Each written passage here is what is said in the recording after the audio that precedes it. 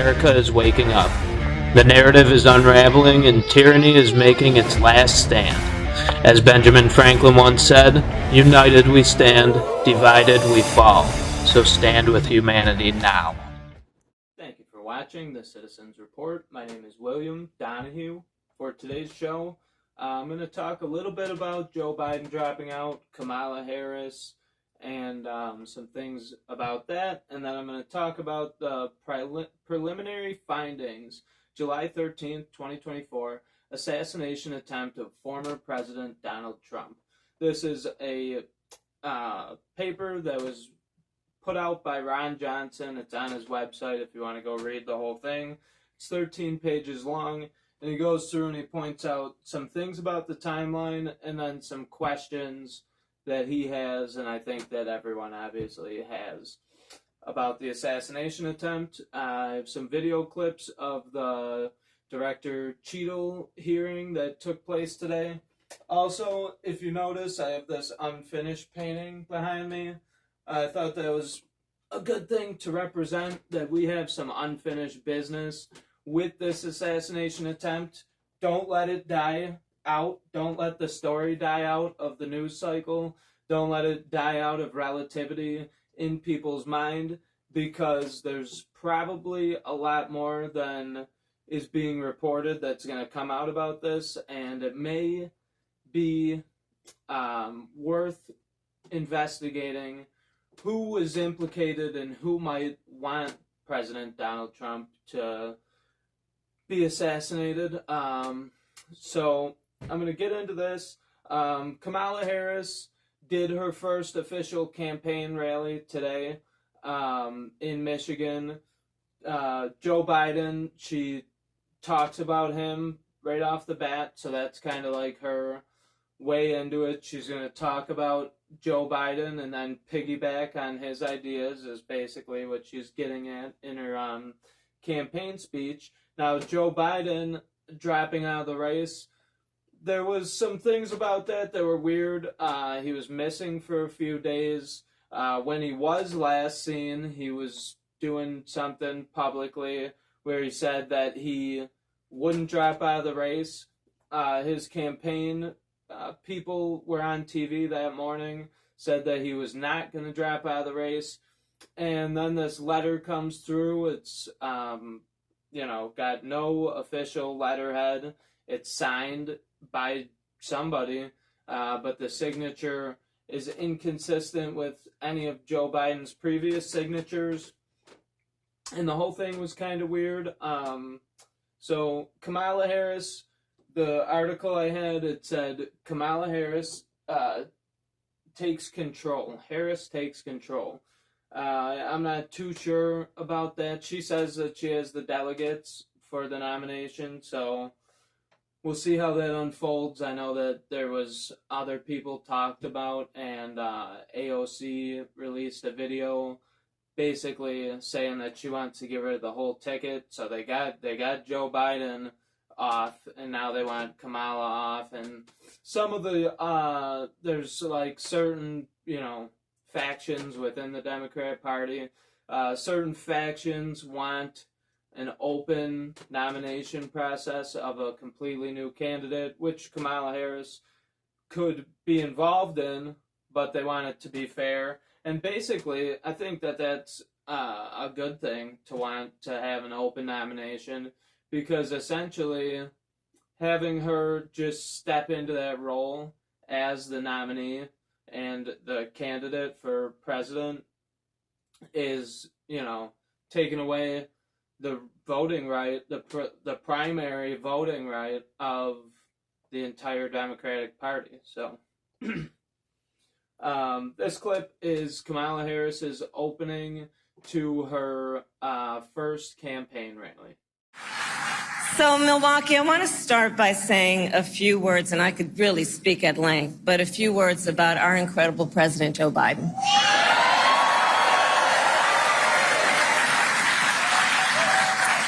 It has truly been one of the greatest honors of my life to serve as Vice President to our President Joe Biden. Joe's legacy of accomplishment over his entire career and over the past 3.5 years is unmatched in modern history. In one term, think about it, in one term as president, he has already surpassed the legacy of most presidents who served 2 terms in office.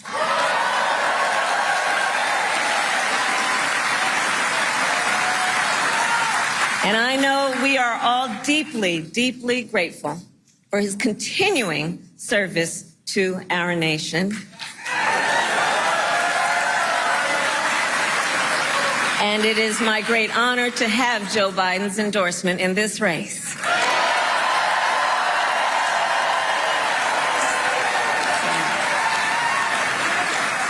So, Wisconsin, I am told as of this morning that we have earned the support of enough delegates to secure the Democratic nomination.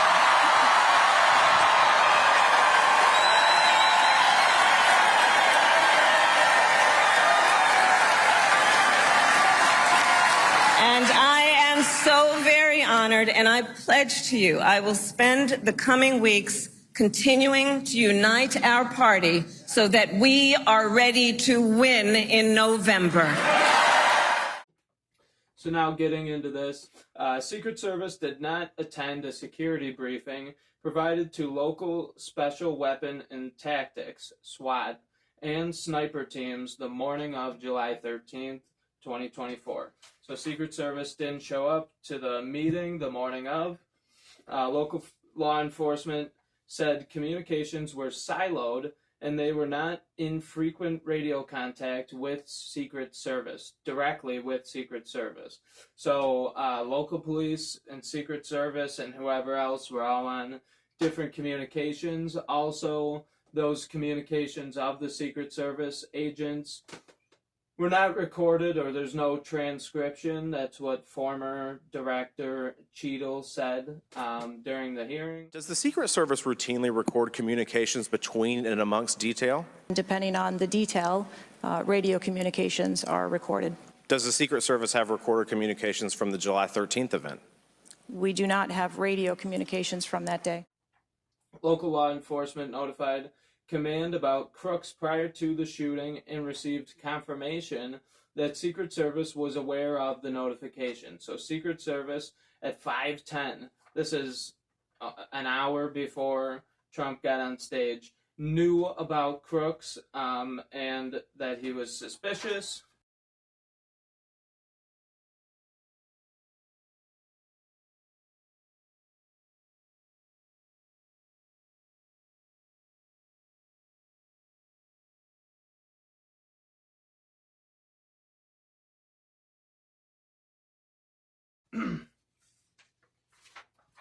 Just going through these quick and skipping a couple things because this is what I think is important. So Secret Service was initially not going to send snipers to the rally. Why would they want to do that? Doesn't make sense to me. So they announced the date of the event on July 5th. Crooks was looking into political events. Supposedly he looked up both Democratic and Republican events. So it was announced July 8th. Butler ESU reportedly meets with Secret Service before the event, 5 days prior to the event. July 10th, Secret Service reportedly conducts a site visit at Butler Farm Showgrounds in advance to the July 13th, 2024 rally. So I'm going to play a clip of Marjorie Taylor Greene asking for the advance briefing, which is something that's already been made, delivered to the team, and supposedly the team went and carried out this advance briefing and this advanced strategy. So this is something that should already exist. Cheadle knew she was coming to a hearing where she'd have to answer questions. She did not bring it, and Marjorie Taylor Greene did bring it in a different way by telling her to resign. So here's the clip. The advance element coordinates with other intel or law enforcement partners, identifies threats and weaknesses at the sites and movements. We'd like a copy of the advance report. Have you brought it here with you today?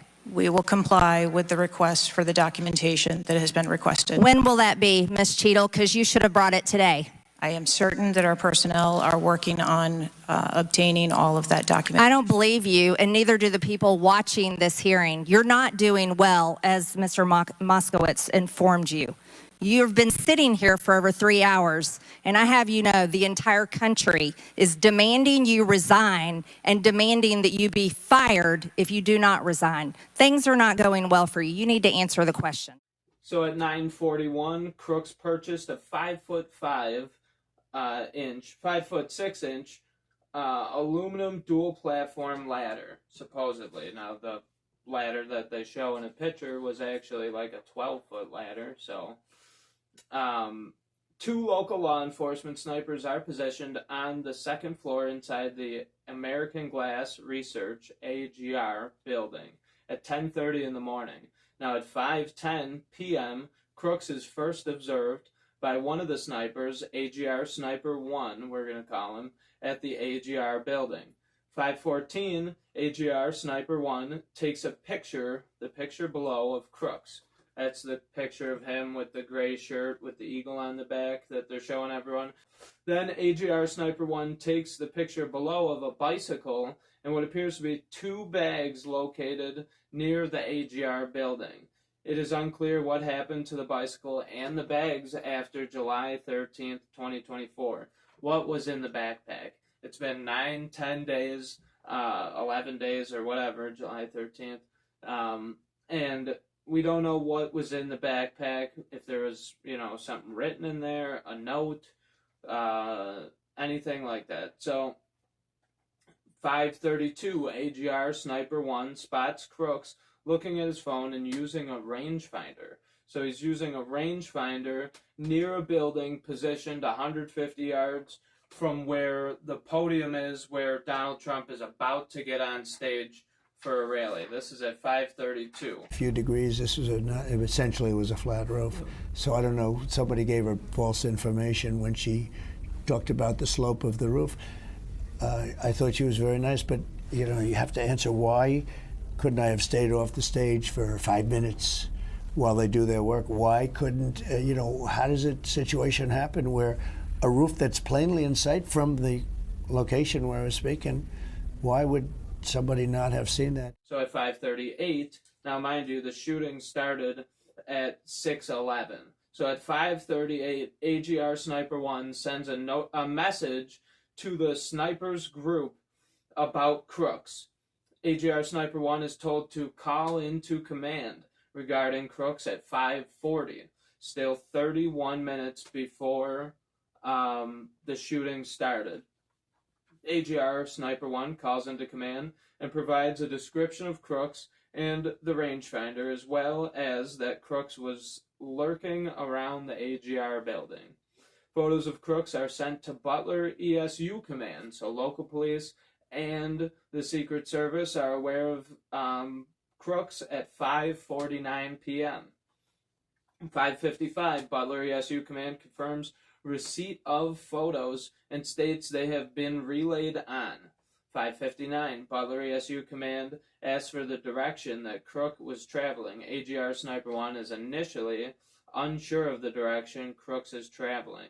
6:05, AGR Sniper 1 later communicates that Crooks is seen moving northeast in the direction of Sheets. Now this is 6 minutes prior to the shooting, but so they're sending the police out on this wild goose chase because we have video of a few minutes later him on top of the roof of the AGR building.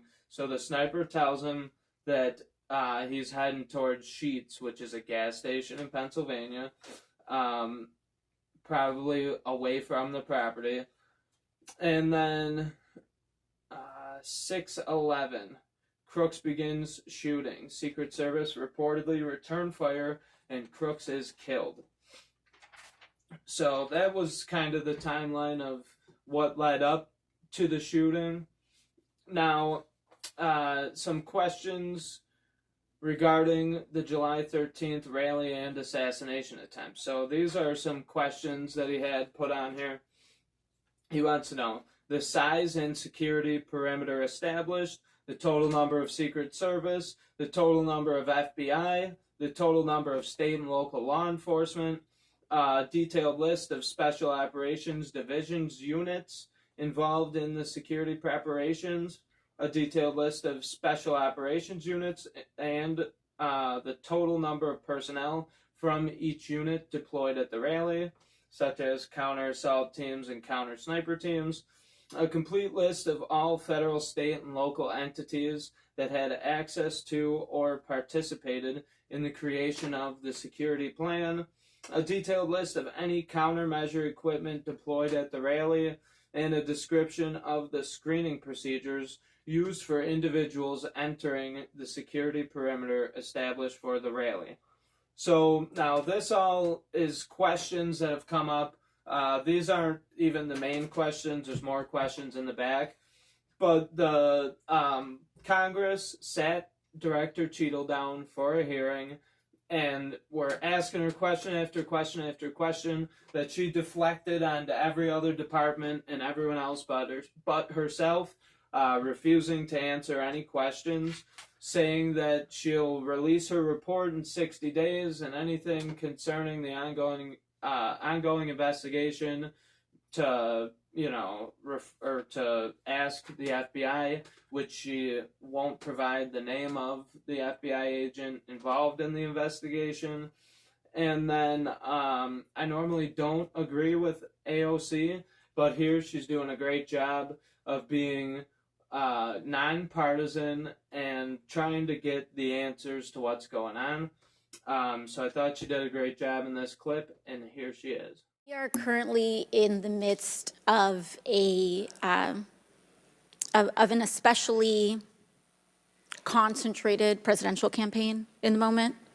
That is also paired with, of course, elections happening across the country that are happening in about 100 days. So the notion of a report coming out in 60 days when the threat environment is so high in the United States, irrespective of party, is not acceptable. And I think it's very important to understand that. This is not theater. This is not about jockeying. This is about the safety of some of the most highly targeted and valued targets internationally and domestically in the United States of America. So the idea that a report will be finalized in 60 days, let alone prior to any actionable decisions that would be made, is simply not acceptable. So I'm going to fire off these questions and try and do it fast because there's 2 whole pages of them, and then I'm going to play some clips in between here, and then probably that'll be the whole show. So hang on, because some of these questions might be either questions that you already had or something you haven't thought about, a different angle. Why did Secret Service not immediately send agents to the AGR building when it became aware of reports of crooks? What exact time did Secret Service snipers first have crooks in their sight? Why was former President Trump permitted to go on stage when the Secret Service was aware of crooks? Why did Secret Service not participate in the July 13th 9 a.m. briefing for local SWAT and sniper units? What coordination existed between Butler, ESU, and the Secret Service? Why was Crooks permitted to fly a drone over the rally site in advance of July 13th, 2024? When was it discovered that Crooks had flown the drone over the rally site? Why did Secret Service not initially intend to send sniper units? When did Secret Service alter its initial decision not to send sniper units? Why did Secret Service alter its initial decision not to send sniper units? When did Secret Service inform law enforcement it would not send the sniper units? And then when did they inform them that they actually were going to? Who determined how many local law enforcement officials would be needed? Who determined how many sniper units would be needed? How many SWAT units would be needed? what was the make and model of Crooks's vehicle discovered after the rally? I heard that it was a van initially, and then I heard that it was a sedan. So I'm not sure whose van that was on the back of that tow truck. They said it was a sedan. If he was driving a sedan, then why did he have a bicycle? And then those were my questions. But was the bicycle and bag identified by AGR Sniper 1 on July 13th determined to be connected to Crooks? What happened to the bicycle and the bag? Local law enforcement have stated that a number of individuals were detained near the AGR building after the attempted assassination of Trump. How many individuals were detained? Why were the individuals detained near the AGR building? What happened to the individuals detained near the AGR building? Why were Secret Service and local SWAT and sniper units not in direct communication? Good question. Was Secret Service able to monitor local SWAT and sniper unit radio channels? Who was the point of contact between Butler ESU Command and the Secret Service? Who made the decision to silo communications between Secret Service and local law enforcement? Hang in there, there's only like 8 more.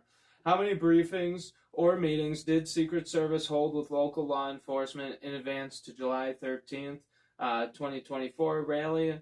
And when did those briefings or meetings occur? A lot of these questions were asked to Director Cheadle, and just to break this up, I'll play this clip. Have you provided a list to the Oversight Committee? Yes or no? I will have to get back to you on that. That is a no.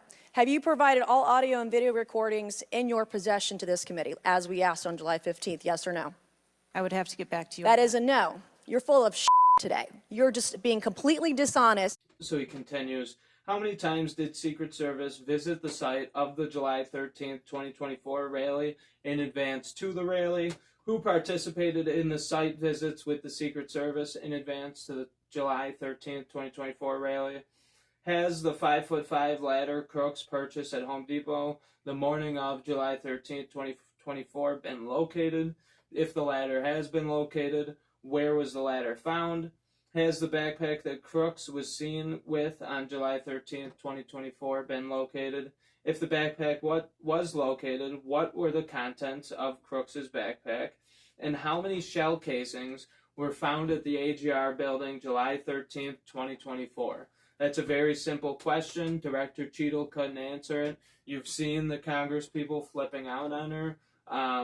And obviously she was under a lot of pressure and she resigned. So that's all I have for you today. I'm going to play this clip of Mike Johnson talking about Director Cheadle's resignation, and then it'll be the outro to the show. So thank you for watching and have a good night. Our reaction, the immediate reaction to her resignation, is that it is overdue. She should have done this at least a week ago. I'm happy to see that. I'm happy to see that she has heeded the call of both Republicans and Democrats. Now we have to pick up the pieces. We have to rebuild the American people's faith and trust in the Secret Service as an agency. It has an incredibly important responsibility in protecting presidents, former presidents, and other officials in the executive branch, and we've got a lot of work to do. Thank you for watching The Citizens Report with William Donahue. On this show, we search for knowledge, wisdom, and understanding of the world around us through the lens of an American citizen.